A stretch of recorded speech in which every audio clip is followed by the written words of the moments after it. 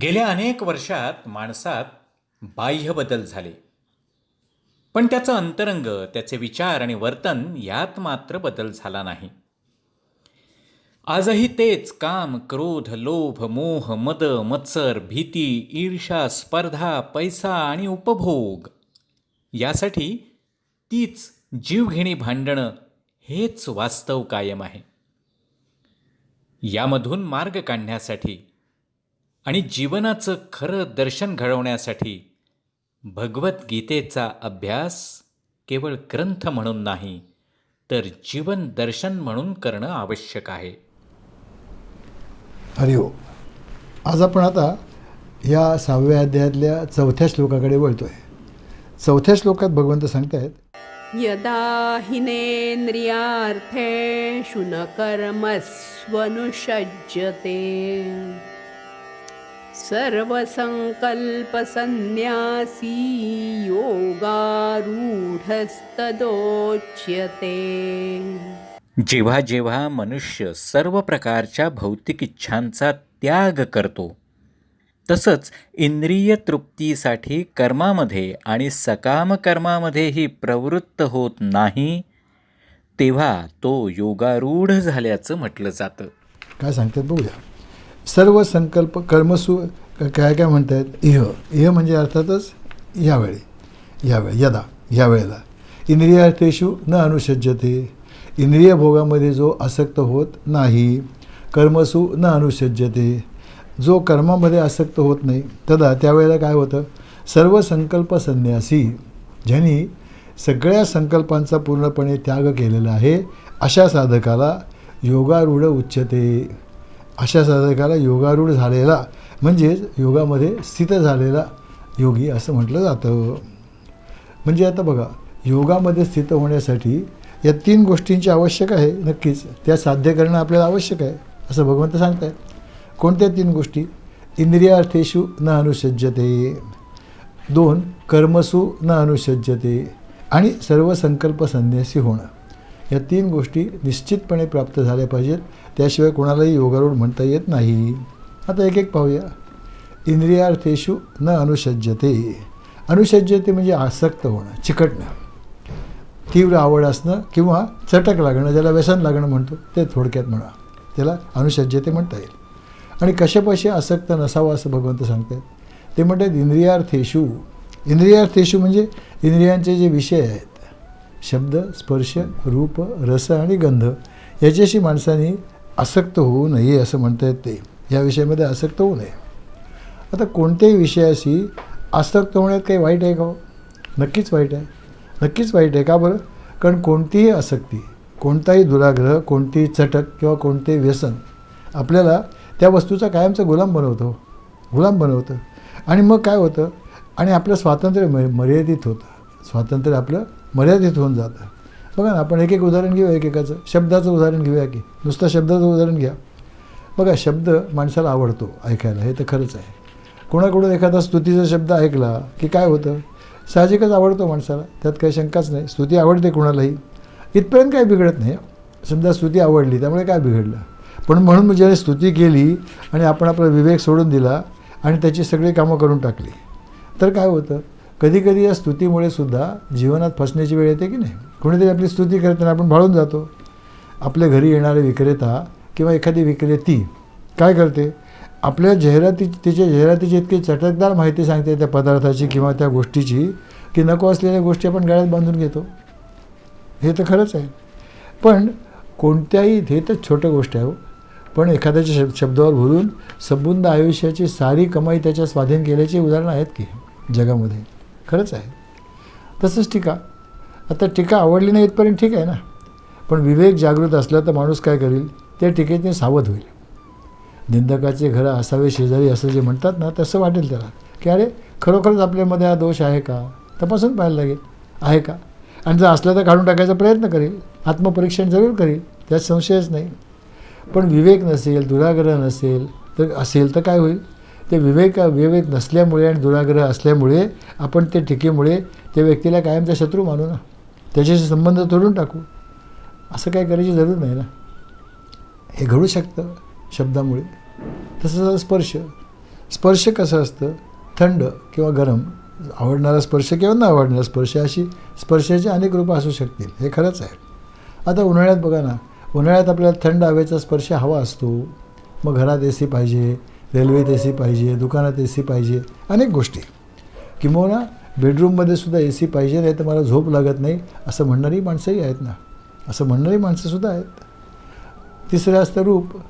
रूपावर भाळून तर आपल्या सगळ्या जीवनाचा फार वाट लावलेली माणसं आहेत ना, साधनेचा, पैशांचा, सत्तेचा, सगळं वाट लावतात माणसं. इथं विश्वामित्रापासून अनेक उदाहरणं आहेत की आजही समाजात अनेक लोक या रूपाला फसून अनेक गोष्टी करत असतात, हे आपण लक्षात घेतो ना. तसंच आता रस म्हणजे चवीचे गुलाम. चवीचे गुलाम काय करते, तर चवीसाठी ना नको ते करतात, नको त्या गोष्टीचं सेवन करतात. बघा ना, सध्या आपण पेपरमध्ये जे काही रोज वाचतो आहे ते बॉलिवूडमधल्या एवढ्या मोठ्या मोठ्या नट्या आणि नट केवळ एक चवीसाठी अनेक नशिल्या पदार्थांचं सेवन करतात असं म्हटलं जातं की नाही. त्यांच्यावर खटलेसुद्धा होतात. का बरं? केवळ आपल्या आणि आपल्या कुटुंबियांचं संपूर्ण नुकसान करतात त्या चवीच्या पाळी. खरंच आहे. आता गंधसुद्धा माणसाला अतिशय वेळ लावणारा विषय आहे, अतिशय वेळ लावणारा. माणसाला कुठला वास आवडेल सांगता येत नाही हो, त्याचं काही सांगता येत नाही नक्की. शेवटी काय होतं, त्या वासात माणूस आसक्त होतो. आपल्याला ती सगळी आता मासे विकणाऱ्या बायकाची गोष्ट तर माहितीच आहे सगळ्यांना. काही मासे विकणाऱ्या बायका होत्या. एकदा कुठेतरी सगळ्यात 20-25 जणींनी निर्णय घेतला की आपण कुठेतरी बाहेरगावी जायचं, तीर्थयात्रेला जाऊया. गेल्या तीर्थयात्रेला.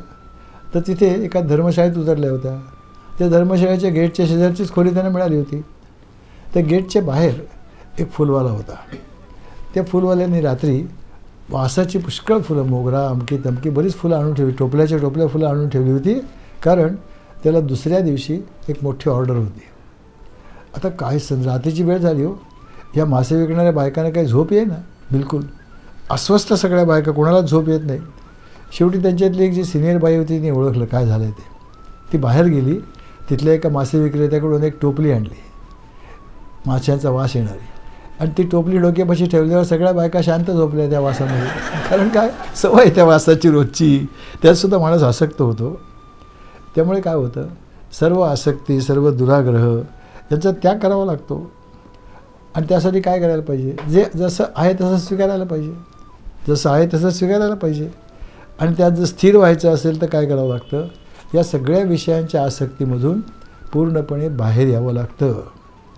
आपल्याला वाटतं की लोकांनी आपलं ऐकावं, पुष्कळ लोकांना वाटतं, विशेषतः वयाच्या मोठ्या माणसांना वाटतं की आपल्या घरातल्या माणसाने आपलं सगळं ऐकावं. का बरं? त्यात त्यांचं कल्याण होईल. आपण बाहेरची तर सोडा, घरातलीसुद्धा आपली मुलंबाळ ऐकत नाहीत हो, असा अनुभव येतो. हे तर खरंच आहे.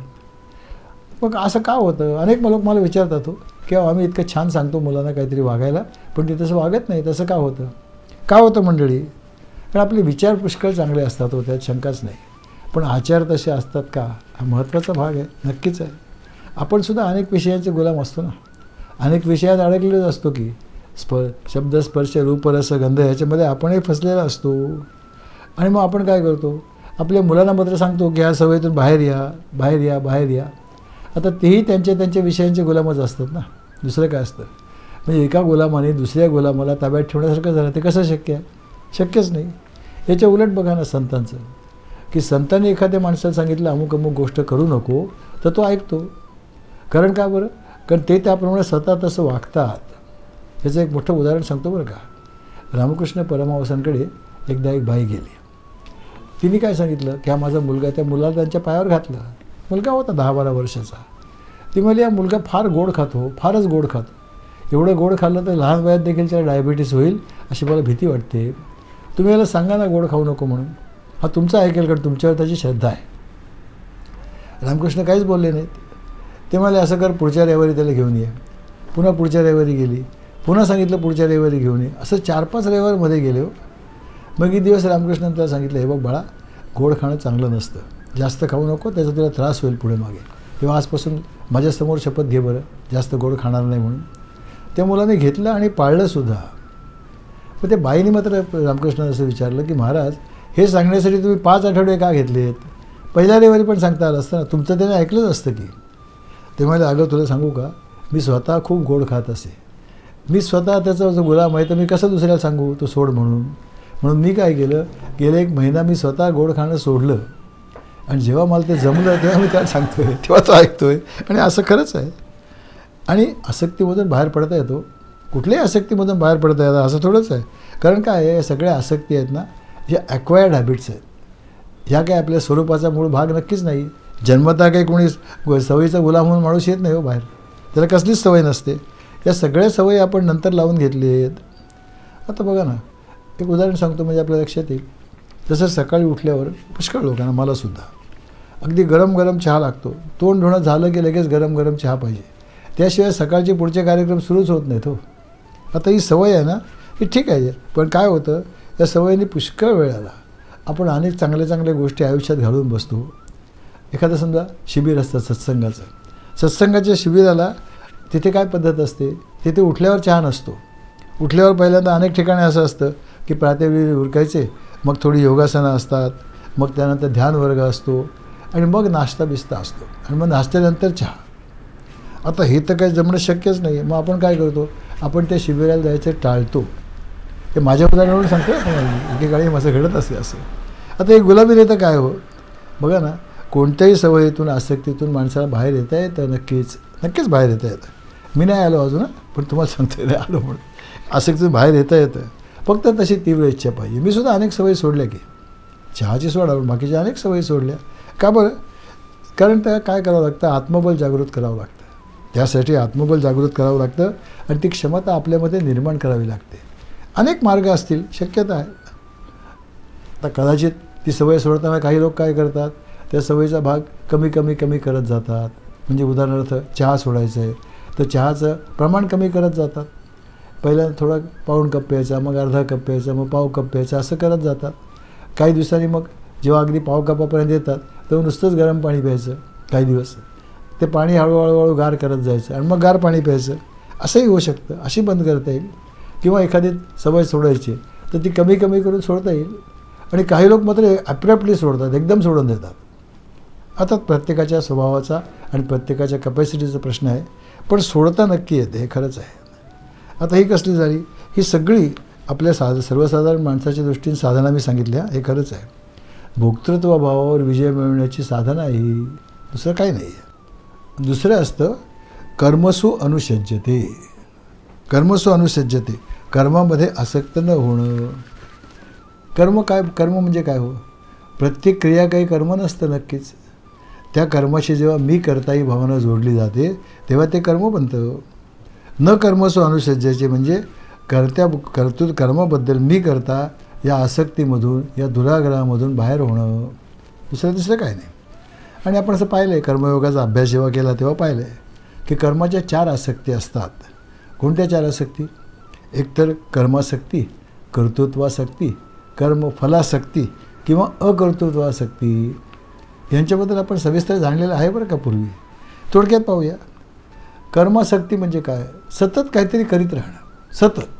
स्वस्थ बसता न येणं. एखाद्या माणसाला सांगितलं ना, नुसतं शांत बस, अगोदर जप करायचं तुला, पहिलं 10 मिनटं शांत बसायची, नाही बसता येतो. प्रवचन ऐकतानासुद्धा शरीराच्या कित्येक प्रकारच्या हालचाली माणसं करत असतात अनेक वेळा. कारण काय, शांत बसायची सवयच नाही. मंडळी लक्षात ठेवा, कर्म करणं जसं आवश्यक आहे ना, तेव्हा योग्य वेळेला त्यातून बाहेर येणं पण आवश्यक आहे, विश्रांती पण आवश्यक आहे, रिलॅक्स होणंही आवश्यक आहे ना. या दोन्ही गोष्टी आवश्यकच आहेत. दुसरी आहे कर्तृत्वासक्ती. कर्तृत्वासक्ती म्हणजे काय? अमुक अमुक कर्म मीच करणार, मीच करणार. का बरं? कारण मी सर्वात उत्तम करू शकतो, सर्वात उत्तम मीच ते करू शकतो. बघा ना, अनेक लोकांना असं वाटतं की आपल्याशिवाय संसार चालूच शकणार नाही. अनेक बायका म्हणतात सुद्धा की मी आहे म्हणून तुमचा संसार चालतो, नाही तर कसा चालला असता. मंडळी, जगामध्ये कोणी इंडिस्पेन्सिबल नाही हो. अहो, श्रीराम गेले, श्रीकृष्ण गेले, जग चालूच आहे ना. आपणही गेलो तरी नक्कीच चालणार आहे. कदाचित उलट जास्त चांगलं चालेल. बघा ना, अनेक वेळेला अनुभव येतो की लोक बाहेरगावी जातात ट्रिपला किंवा म्हातारपणी एखाद्या तीर्थयात्रेला. गेले की पहिला घरी फोन, काय कसं काय चाललं आहे. आणि जर घरच्या लोकांनी सांगितलं ना खूप चांगलं चाललं आहे, थोडं वाईट वाटतं की अरे आपण नसतानासुद्धा चांगलं चाललं आहे म्हणजे काय. चालतं जगामध्ये कुणाचं वचन अडलं आहे, अडत नाही हो काही, हे नक्कीच आहे. बघा ना, अगदी हे स्पष्ट आहे. तसं तिसरं एक आणखी असतं आसक्ती, आणखीन असते. बघा, की मी काय करणार, अमुक अमुक मी काय दुराग्रह मी म्हटलं ना आता. कारण काय, ते काम मीच उत्तम करू शकतो हे सुद्धा आसक्ती आहे हो. अहो तेच काम करायच्या अनेक पद्धती असू शकतात. दुसरा माणूस तेच काम वेगळ्या पद्धतीने करील, कदाचित अधिक चांगलंसुद्धा करील ना, असं काय सांगता येते. तिसरं बंधन आहे कर्मफलासक्ती. कर्मफलासक्ती म्हणजे काय, अमुक अमुकच फळ मिळालं पाहिजे. आता एक मंडळी सत्य आहे, कर्म केलं की फळ हे मिळणारच आहे, त्यात शंकाच नाही. पण ते अमुक अमुकच मिळालं पाहिजे असा हट्ट हा दुराग्रह आहे. कारण जीवनामध्ये ज्या अनेक गोष्टी आहेत हो. आता समजा एखाद्या 10 मुलं अगदी सारखी आहेत आणि अभ्यास करत आहेत सारखे, प्रत्येकाने हट्ट आहे त्याचा की पहिलं झालं पाहिजे. आता 9 लोकांची साधना फुकटच जाणार आहे ना, कारण पहिला तर एकच येणार आहे, खरंच आहे. त्यामुळे तसंच फळ मिळण्याची गॅरंटी काहीच नाही. फळ नक्की मिळेल, पण तेच मिळण्याची गॅरंटी देता येत नाही ना. आणि चौथी आहे अकर्तृत्वासक्ती. ते तर अधिक वाईट आहे. अमुक अमुक कर्म मी करणारच नाही. का बरं, मला ते आवडत नाही. अहो दुराग्रह आहे हो. जीवनामध्ये कित्येक वेळेला न आवडणारी कर्म करावीच लागतात, त्याला काही इलाज नाही आहे. ह्या ज्या 4 आसक्ती आहेत ना, ते सोडून जर कर्म करतो, म्हणजेच काय करतो, प्रत्येक कर्म जे समोर येतं ते भगवंतानी आपल्यावर सोपवलेलं कर्म आहे असं समजून जो करतो तो, आणि कसा निष्काम भावनेने करतो, त्यातून मला काही प्राप्त व्हावं म्हणून नव्हे, तो न कर्मसु अनुसज्जते असं म्हणता येईल. तिसरं काय म्हणतात, सर्व संकल्प संन्यासी. सर्व संकल्प संन्यासी. संकल्प म्हणजे काय, पहिल्यांदा एखादी इच्छा निर्माण होते तोपर्यंत ठीक आहे, काहीच बिघडत नाही. इच्छा निर्माण झाली ठीक आहे, पुढे तिची तीव्रता वाढली की तिचं रूपांतर संकल्पामध्ये होतं. संकल्पामध्ये रूपांतर होतं. आणि म्हणजे ती इच्छा पूर्ण करण्यासाठी जे काही कर्म झाले ना, ते अजून सुरू नाही झालं, ते कर्म सुरू करावे अशी इच्छा आहे, असा संकल्प आहे. तसं तर अहो बरेचसे संकल्प हे शेवटी मनोराज्यच असतात की. माझ्या सकट आपल्यापैकी अनेकांनी संकल्प केलेले आहेत ना आत्तापर्यंत अनेक वेळेला, की आता बस उद्यापासून सकाळी साधनेला सुरुवात करायची. झालं आहे का आत्तापर्यंत, नाही झालं.